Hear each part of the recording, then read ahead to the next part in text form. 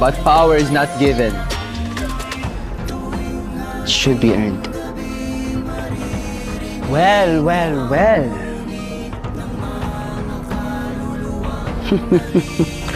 Alam mo, dumanak muna ang dugo naming lahat para lang mapabilang sa pangkat na ito. Ang ibig kong sabihin, kailangan mo muna akong harapin. At syempre, huwag kang iiyak, ha? Isa pang salita mo, baka hindi lang yung buhok mo magkulay dugo. Okay.